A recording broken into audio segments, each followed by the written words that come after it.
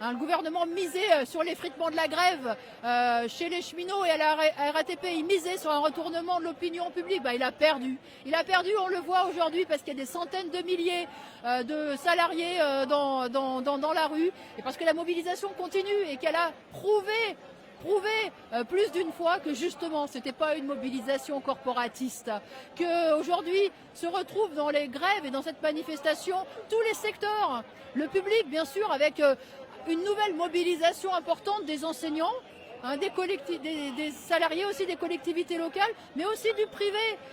Il y a eu beaucoup de discussions ces dernières semaines entre justement les grévistes et les salariés du privé. Et en fait, d'ailleurs, quand on entend les usagers expliquer qu'à la fois, bien sûr, ils galèrent pour se déplacer, ils galèrent dans les transports, mais qu'en même temps, ils comprenaient la grève. C'est parce que précisément, derrière chaque usager, il y a un travailleur, il y a un salarié qui en a marre de se faire les poches. Cette grève qui dure maintenant, cette mobilisation, c'est ce qui est arrivé de mieux au monde du travail depuis des années et des années. Parce que là, enfin, oui, on relève la tête, on ose défendre nos intérêts de travailleurs, et puis on défend justement l'avenir de toute la société, parce que ça ne peut pas continuer comme ça.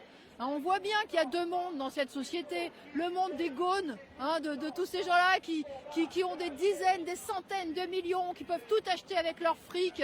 Le monde des Delevoye, des Macron, tous ces gens-là, effectivement, qui nagent dans les richesses, dans le luxe, et qui en permanence font les poches des travailleurs, imposent à ceux qui sont indispensables à la vie sociale.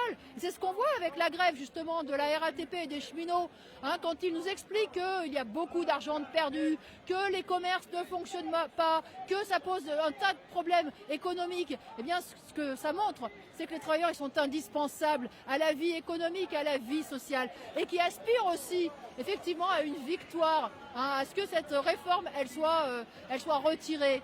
Donc il y a aujourd'hui une mobilisation qui représente en fait les intérêts de l'ensemble de la classe ouvrière, l'ensemble du camp des travailleurs, et c'est la raison pour laquelle tous ceux qui sont mobilisés aujourd'hui peuvent être fiers de ce qu'ils font.